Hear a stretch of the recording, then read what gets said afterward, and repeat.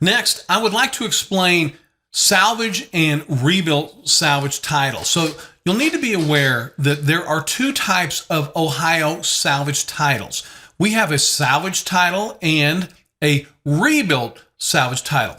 Every once in a while, when a vehicle is involved in a wreck, the state of Ohio will issue that vehicle what is known as a salvage title. And the vehicle's in wrecked condition, it cannot be driven, and this is normally the vehicle that you might see in some type of insurance or salvage auction. This vehicle has a salvage title and cannot be legally driven on any roadway. But, many times savvy entrepreneurs like us, we'll go into these insurance auctions, maybe purchase a vehicle with a salvage title, tow it back to our lot, and then repair all the damage. At this point, once all the repairs have been made, the state of Ohio will allow you to drive it one time to your closest highway patrol inspection station. And when you're driving it to the highway patrol at this point, the state does not want you to place any type of license plate on that vehicle, including a dealer license plate. So, just make sure that you do have all of your paperwork in the vehicle with you. Then an employee of the highway patrol will do an inspection of the vehicle, and they're going to ensure that it's safe and it's roadworthy. And then they'll normally want to see all the repair receipts as well, just to ensure that, none of the parts that were used in the repair of the vehicle were stolen. Then they will allow the vehicle to be issued what is known as a rebuilt salvage title. A vehicle with a salvage rebuilt title does have damage history, but the damages have been repaired and the vehicle has passed the highway patrol inspection to ensure that it is safe and roadworthy. Many of us are getting our dealer's license for the sole purpose of having the ability to enter and purchase vehicles at dealer auctions. Well, you need to be aware before you purchase vehicles at dealer auctions that there are a lot of vehicles with damage history that are running through the lanes at the dealer auction. So, when you get into your first auctions, and by the way, all dealer auctions are very similar. They have multiple lanes with an elevated counter next to each lane, and each counter has 2 or 3 auctioneers that are conducting the sale. And, they're going to look at the vehicle information on their computer screen, and they are actually required by law to disclose if the vehicle has any known damage history. But they're not going to get on their microphone and say something like, they're not going to say something like, hey, everyone, this truck has a rebuilt salvage title, so you should bid accordingly. Oh, no, they're not going to say anything like that. What the auctioneer is going to say is something like, hey, everyone, this one has frame. Or, hey, everyone, we've got structure here. Or, hey, everyone, we got left front end, left front end. The auctioneer is giving your disclosure on vehicles that have damage history, but you will need to listen very closely because an auctioneer may give that disclosure very fast. And they might say something like, hey, everyone, we got a 2008 Toyota Camry with frame. What's your opening bid? See how they got their disclosure in there with frame. They said with frame. So you really need to listen up when they're doing the verbal description, and always pay attention to that big TV screen that you'll normally see on every auction lane, because they're also going to disclose any known damage history. And you need to be aware of how to identify vehicles with prior damage history, because any vehicle with damage history is going to be worth less value, and you would want to bid accordingly. And obviously you're never going to give full wholesale purchase price for a vehicle with a rebuilt salvage title. So, if this is something you're interested in, you can see all the locations of the highway patrol inspection stations right there in your manual. Also, I want to show you how to do what is called a title search. Now, why would you want to do a title search? Well, to find out the history of a vehicle that you may want to purchase, or to find out information about a vehicle that you might be taking on a trade. A very common scenario for a dealer is when they're taking a trade and the dealer needs to find out if there's any money owed on the vehicle. And, if money is owed on that vehicle, the vehicle's going to have a lien. And a lien shows that someone, such as a finance company, has a financial claim on that vehicle. Now, I hate to be the one to disclose this to you, but, you're going to find out that some of your customers are not nearly as honest as you are. So sometimes, when you're taking a trade, you're going to ask that customer if they owe any money on the vehicle they're trading in, and they could look you right in the eye and say no. And then you do a title search, and the title search shows there's a lien on the vehicle. Well, your customer was not being honest with you, and you definitely need to be prepared for that. And if you ever purchase a vehicle that still has a lien, you're going to have a lot of time-consuming problems to overcome before you can resell that vehicle. So you want to make sure nobody has a financial claim on a vehicle, either when you're purchasing it or when you're taking a trade. An easy and free way to find out if there is any information on a title is by doing a very quick title search using the Ohio Clerk of Courts title search website. And you can get to the website by once again visiting the dealer licensing website. That's autodealer.ohio.gov. Then as you see here, you're going to be able to click on the online title inquiry link that you see right there under the title gateway section that we just used just a few moments ago. So you'll click on online title inquiry. And here you're going to see the Clerk of Courts title search website. And when you want to do a quick title search, you're just going to enter the vehicle identification number into the box. And this system will show you if the vehicle has a lien. It's going to show you if the vehicle has any known branding damage history. And it will sometimes show the actual previous purchase price of the vehicle. So one thing this website will never show you is the previous owner's name, obviously due to privacy concerns. The advantage to using this website for a title search is that it's quick, it's easy, and it is free to use. But the disadvantage to this system is that it is only going to show vehicles that have actually been registered in the state of Ohio. So later on in the course, I'm going to show you how on a different website that you can search title history from every state. So, and it does include some substantially more information on that other website, which we're going to check out here in just a little bit. But, if you want to just do a real quick title search, a free and quick, easy one, you can do it right here at the Clerk of Courts title search system. But like I said, later on, I'm going to show you a really, a much more expanded website that does searches of every single title in the country as well. Before we move on, you're probably aware of the law that changed a few years ago that requires dealers like you're going to be here in a little bit, to collect sales tax on the sale of motor vehicles and apply for the customer's title, like we just showed here just a little bit ago. However, there's still a law on the books that requires dealers to gain permission from the customer before applying for the title. So the law requires us to apply for the customer's title, but we must first get permission from the customer, and this is known as power of attorney. Power of attorney is a written document that is used when one person assigns another person the ability to act on their behalf, such as when you're applying for a title for your vehicle, for your customer.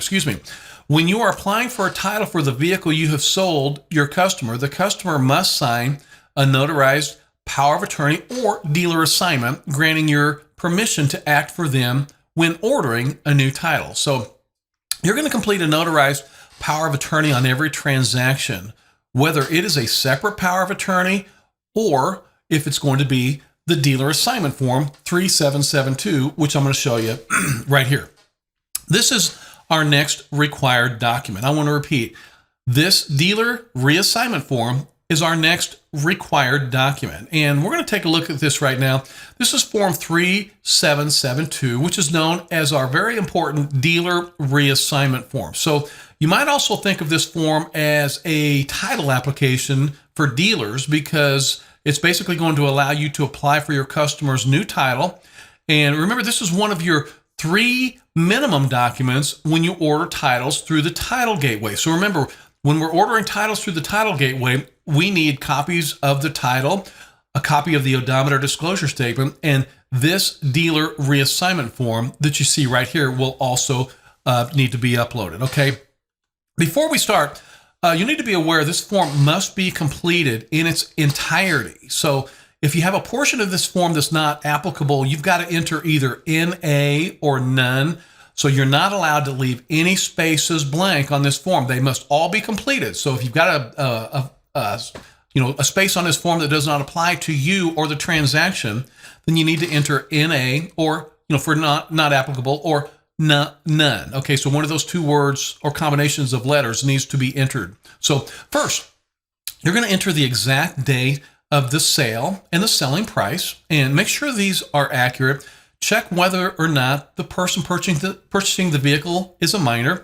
Enter the name and address of your buyer. You're going to enter the state of the ID of the buyer, their driver's license, and who currently owns the vehicle. And in this scenario, that would be you because you're selling the vehicle. So remember, you always enter your name and your dealership name. So then you'll enter the control number on the title, year, make, model of the vehicle, the title number, and the horsepower. And this information should be on the title. And if for some reason, like say, for example, the horsepower is not on the title or something like that, always never leave a space blank. Make sure to put NA or none, okay? And enter the VIN. Be sure to check every number and every letter of your VINs. Those are your vehicle identification number. Your VINs must always be completely accurate. So let's say this vehicle is not salvage or off-road. So we would check regular title. Check whether that vehicle may have formerly been a law enforcement vehicle or a former taxi or flood damaged. And now you're going to enter the exact mileage reading at the time of the sale. And make sure this matches the mileage reading on that odometer disclosure statement that we're completing as well. So here you would also check whether or not the mileage exceeds mechanical limits or if it has a discrepancy. So like I said earlier, if you think that odometer is rolled over, check may exceed mechanical limits, or if the odometer is incorrect and you're aware of this, make sure and check the discrepancy box as well. Now, on the application for certificate of title section, I'm going to recommend that you check the motor vehicle box and the memorandum box. So the customer will receive their new original motor vehicle title, and you'll receive your official memorandum copy of the title, okay? Enter your customer's name, their social security number, and if you're selling this vehicle to a business, you could enter their employment identification number there. So enter the customer's address, including the county they live in. Now enter the exact purchase price. Let's say we did not take a trade-in on this transaction. So we would enter none. Now you're going to enter that gross tax due. And I want to remind you, remember how easily we compute this. If this is an Ohio resident, you just go to the Ohio Tax Finder. You remember, you'll enter that home address of the customer and the taxable amount, and like you do here, and then you'll click Lookup, and on the next page, you'll see that breakdown of the tax that can show your customer if you need to. But over here is a gross tax of $375 for that actual $5,000 vehicle price for somebody that lives at that address. So remember, it's very easy to compute that tax there. So make sure that you entered the gross tax on this example for $375. Now, what is a vendor's discount that you see here? You will not be eligible for a vendor's discount when you first obtain your dealer's license. Later on, after you've paid all your sales tax to the state in a very timely manner, you may qualify for what is known as a vendor's discount, like 1% or maybe a 0.1% of the gross tax, and you may be able to submit a smaller amount of the tax due. But this will not qualify. You will not qualify for this until you've had a dealer's license for a period of time. And at that time, you'll be contacted if you do qualify for a vendor discount. So right now, we will not qualify for that discount. Then you're going to enter the tax paid. And if you did sell this vehicle, say, to a not-for-profit, then you would enter that tax exemption code here. Remember, you always charge sales tax to the customer unless they can provide an official tax exemption code. Be sure to enter your dealer permit number, enter your vendor license number. Remember, we've got to have that vendor license on a lot of documents, and you're going to check only one of the boxes that indicate the condition of the vehicle. Okay, so just check one of those boxes and make sure that it was always very accurate to describe the condition of the vehicle. Let's say the customer has paid cash, and in this case, you would not have a lien holder in this scenario. Now, if you are using a third-party financer that approved the loan for this vehicle, then you would enter their lien information here, okay? And we're going to cover liens and financing here in just a little bit in another unit. But remember, you cannot leave any spaces blank on this form. So be sure to enter none or NA on any blank spaces. Then have your customer sign their name. Check once again to indicate whether or not the person is a minor. And then the customer will more than likely want a printed title. So more than likely, you're going to check the printed title box there, okay? Then, once again, you're going to enter the buyer's name. And once again, you must sign in the next space. And see this next line? The buyer is giving you, the dealer, permission to apply for their new title. This is that power of attorney that we talked about. So the buyer is basically legally giving you permission to apply for their new title. Then you're going to print your name, you're going to sign your name, enter the address of your dealership, and the bottom of the form is where the clerk of courts can notarize the doc if needed. And I want you to be aware that we do have 88 counties with 88 clerks of courts that tend to run their BMV title offices a little bit differently. So most counties in the state will allow this dealer reassignment form to meet the power of attorney requirement. Like I said, most counties will allow this dealer reassignment form that we just completed to satisfy your power of attorney requirements. But some counties, like Franklin County, for example, they also want you to have a separate power of attorney in addition to your dealer reassignment form. So if your county requires a separate power of attorney, then you can use this form right here, which is called a power of attorney form. So this is an official power of attorney form. So, after you obtain your dealer's license, you will need to run at least one title application through your county, and your county will let you know exactly what documents are needed when you're applying for titles, okay? So most counties only require a copy of the title, the odometer disclosure statement, and the dealer reassignment form, but some counties do require additional documentation, such as a separate power of attorney. But once you have conducted, one title application through your county, you're going to know exactly what documents are going to be required for that county. Next, I want to talk to you about this great law that changed a few years ago, okay? And Ohio, like many other states, was formerly known as a titled possession state, which required dealers to possess a title at the time of the sale. Well, if you've ever purchased a vehicle at a dealer auction, you're going to realize that many times you purchase a vehicle, the auction does not have the title, and you will not get the title on the day of the auction.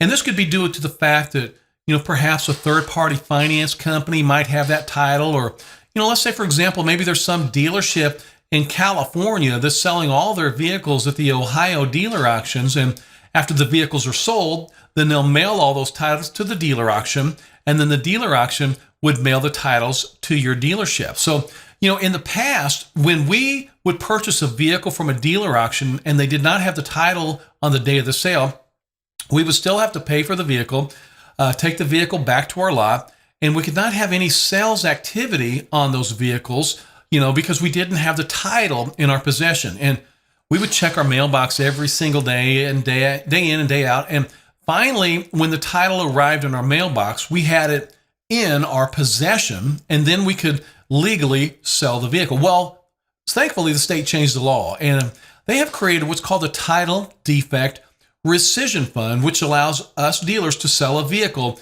immediately upon possession of the vehicle, even if we don't have the title in our possession. But we do have to meet some requirements. So now, say, for example, when you're purchasing a vehicle at a dealer auction and you did not get a title and you bring the vehicle back to your lot and a customer wants to buy it right then, you can sell it before you have possession of the title, but you must deliver the title that you promised within 40 days.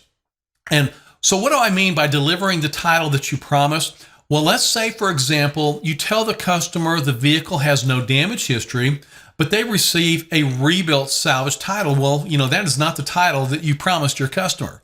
Or let's say you sell a vehicle that reads 25,000 miles on the odometer, but when the customer receives the paperwork, they get paperwork that says the vehicle should have 75,000 miles. Well, that is obviously not the title that you promised either. So you must deliver the title that you promised to the customer within 40 days. Now, if you don't, you are going to be creating some real problems for your dealership, okay?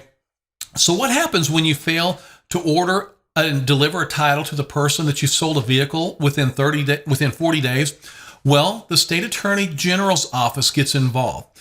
And you're probably aware the attorney general is not only the state's leading law enforcement division, but they also have the important responsibility of protecting consumers from fraudulent business practices. So if you fail to deliver the title to your customer in 40 days, the customer can notify the Ohio Attorney General's office, and the Attorney General's office would take money out of the title defect rescission fund, and then they'll buy the vehicle back from your customer. And if that happens, then the state is going to require that you obtain an additional dealer surety bond. So remember, as discussed earlier, the first $25,000 dealer surety bond that you have to obtain in order to get your dealer's license is going to around $200 to maybe $300 a year if you have good credit. But if you're ever required by any state agency to obtain a second dealer surety bond, well, then those prices will increase dramatically, since you would be required to be bonded twice. So the second bond could easily cost 10 times as much as your first bond. So you want to make sure that you always deliver the title that you promised to the customer within 40 days. If for some reason you have sold a vehicle, without the title, and it's been a couple of weeks and you still have not received the title from the dealer auction, I would recommend contacting that dealer auction to find out the reason for the delay. And the delay could be, from another dealer that sold that vehicle through the dealer auction, and they may not have delivered the title to the dealer auction yet because they're dragging their feet, Because I want you to be aware, the day the dealer auction receives that title from the selling dealer, they will immediately mail that to the buying dealer. So, if you do have delays in getting the title to the customer, you should stay in constant contact with the customer. Let them know that you're doing everything that you can to get them that new title. If it's going on, 36 or 37 days, and you have done everything you can to deliver that title to the customer, but still have been unsuccessful, I would go so far as to recommend offering to buy that vehicle back from the customer, before that 40-day time requirement. That would ensure that the Attorney General's office does not have to get involved and purchase that vehicle from your customer, and then you have to get the expensive second dealer surety bond, or, by staying in contact with your customer and it's approaching 40 days, the customer could tell you that they love the vehicle and they don't want to sell it back to you, and they may just decide to wait and keep the vehicle and then let you deliver the title when you can. Okay, so do always stay in contact with those customers if you are having any type of problem getting titles to that customer. The great advantage of the title defect rescission fund is that it allows us to sell a vehicle immediately upon possession of the vehicle, even if we do not have the title in our possession. And it also protects the customer to ensure that they get the title that was promised from the dealer. Okay. Next, I want to cover with you what are known as out-of-state inspections. Even though you thought you were just going to be obtaining a dealer's license, when you obtain your dealer's license, you will also qualify for an official out-of-state inspector. So congratulations, you're basically getting 2 licenses here. So what is an out-of-state inspection? When you purchase a vehicle with an out-of-state title, or if the vehicle is purchased from a dealer whose state allows dealer reassignments, that's something we don't allow here in the state, the vehicle must pass what's known as an out-of-state inspection before it can be issued an Ohio title. So once you become a licensed used motor vehicle dealer, the state of Ohio will allow you to conduct that out-of-state inspection right there at your dealership. Now, this is not a safety inspection, okay?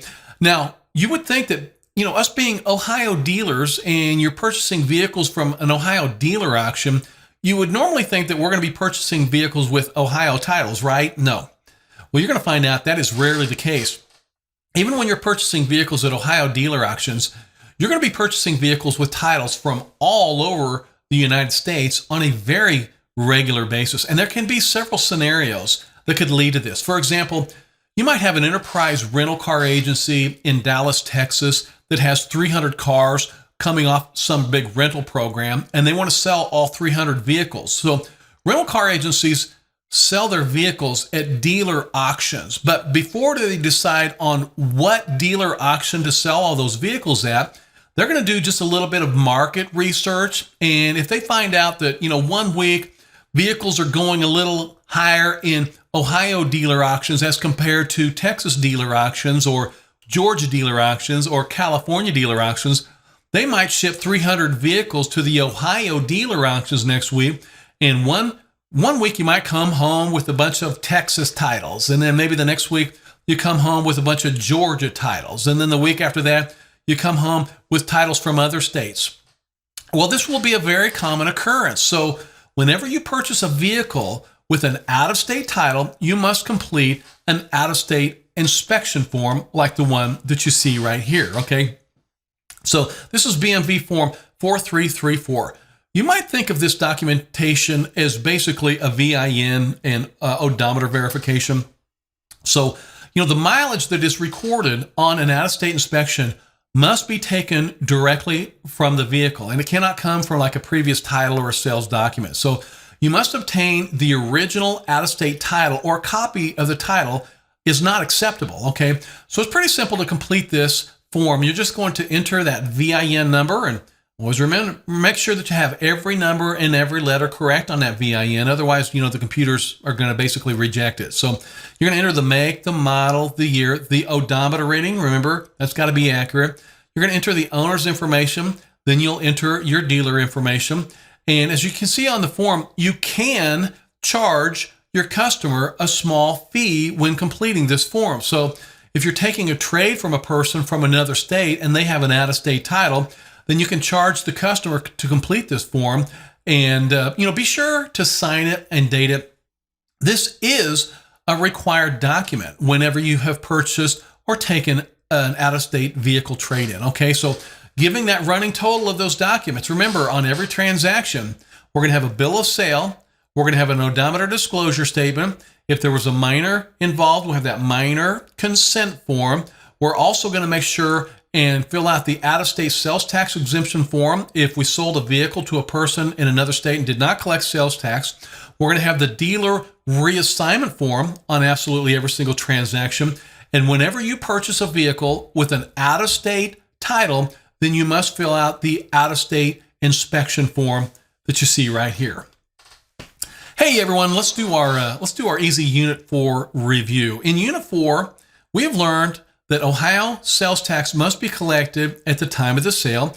You're going to apply for title and pay sales tax at your clerk of courts, or you can apply for title and pay sales tax electronically through that title gateway that we showed you here just a little bit ago.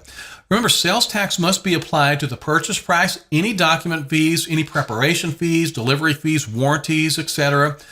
Remember, the state sales tax is 5.75%. Local sales taxes may apply as well. So, you can log your sales tax through your sales tax reports through the Ohio Business Gateway, or you can telefile via phone.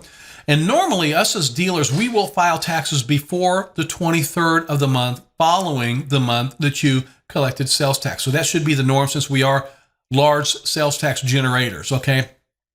Remember, Ohio does not allow trade-in allowances on used vehicles. The Ohio dealer must collect sales tax when selling to a resident of Arizona, California, Florida, Indiana, Massachusetts, Michigan, or South Carolina. Remember, vehicles with salvage titles may only be driven to an inspection station. That's the only time you'll drive a vehicle with a salvage title. And then you could have that salvage inspection conducted by the Ohio State Highway Patrol. And remember, vehicles with salvage rebuilt titles are safe, roadworthy, and can be driven on roadways. Those are the vehicles that have passed the Highway Patrol inspections. You can search titles, mileage, and purchase price and liens on the Clerk of Court's title lookup system for vehicles that have been registered previously in Ohio. Power of attorney must accompany every title, and the title defect rescission fund will pay a purchaser that does not get their title from a dealer within 40 days. And like we just discussed a moment ago, out-of-state inspection forms are required on any vehicles that have an out-of-state title. So, hey, congratulations. You have completed the longest and most extensive unit in your dealer course. And, the rest of the units are quite a bit shorter and a little bit easier, a little bit more common sense, I think. So these units coming up are fairly simple. And as a reminder, you can always view this video and any other videos at any time just by going back to the OhioDealer.com website and click on the course videos at the very top there.